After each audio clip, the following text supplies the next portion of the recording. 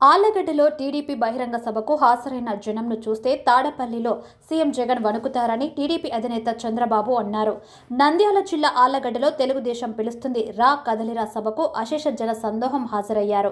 రాష్ట్రంలో వైసీపీ పాలన పేదలకు శాపంగా మారిందని చంద్రబాబు జగన్పై విమర్శలు చేశారు. అనర్హులకు అధికారం ఇస్తే రాష్ట్రాన్ని సర్వనాశనం చేశారని ఆయన ఆరోపించారు. నంద్యాల జిల్లా ప్రజల జోరుకు వైసీపీ ప్రభుత్వం పతనం కావడం ఖాయమన్నారు. జగన్ పాలనలో ఆంధ్ర రాష్ట్రం పూర్తిగా నష్టపోయిందని వైసీపీ ప్రభుత్వంపై చంద్రబాబు తీవ్ర విమర్శలు చేశారు. ప్రశ్నిస్తే అక్రమంగా కేసులు పెట్టి అరెస్ట్ చేస్తున్నారని ఆరోపించారు. ప్రజలు జీవితాలతో జగన్ ప్రభుత్వం ఆడుకుంటుందని, జగన్ పాలనకు పరిశ్రమలు మూసివేసే పరిస్థితి నెలకొందన్నారు.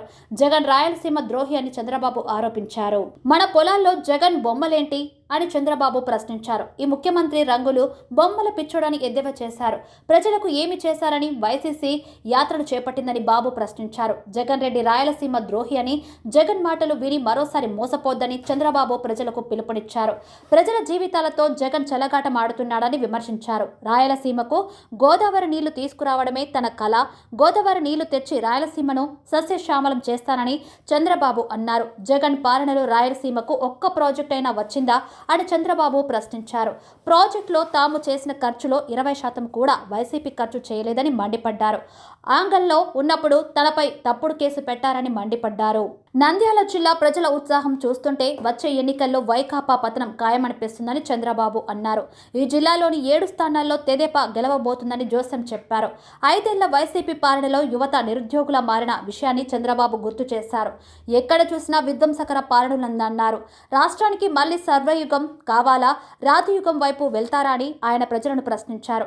స్వర్ణయుగం కోసం నాతో రండి అని పిలుపునిచ్చారు. అనర్హులను అందులో ఎక్కించి అనేక బాధలు పడుతున్నాం. భస్మాసురుడి లాంటి నేతలను తెచ్చుకొని అనేక కష్టాలు పడుతున్నాం.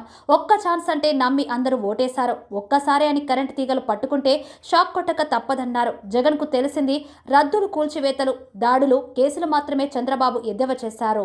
నందికొట్కూరుకు 650 కోట్ల రూపాయలతో మెగా సీడ్ పార్క్ తేవాలనుకుంటే జగన్ వచ్చాక వాటిని సర్వనాశనం చేశారన్నారు. ఎమ్మికనూరులో టెక్స్టైల్ పార్కును అటకెక్కించారని ఆవేదన వ్యక్తం చేశారు. ఓర్వకల్లుకు 15 నెలల్లోనే విమానాశ్రయం తెచ్చిన ఘనత టీడీపీదే అన్నారు. 6 మెగావాట్లతో సోలార్ పార్క్ తెచ్చేందుకు ప్రయత్నించిన విషయాన్ని గుర్తు చేశారు.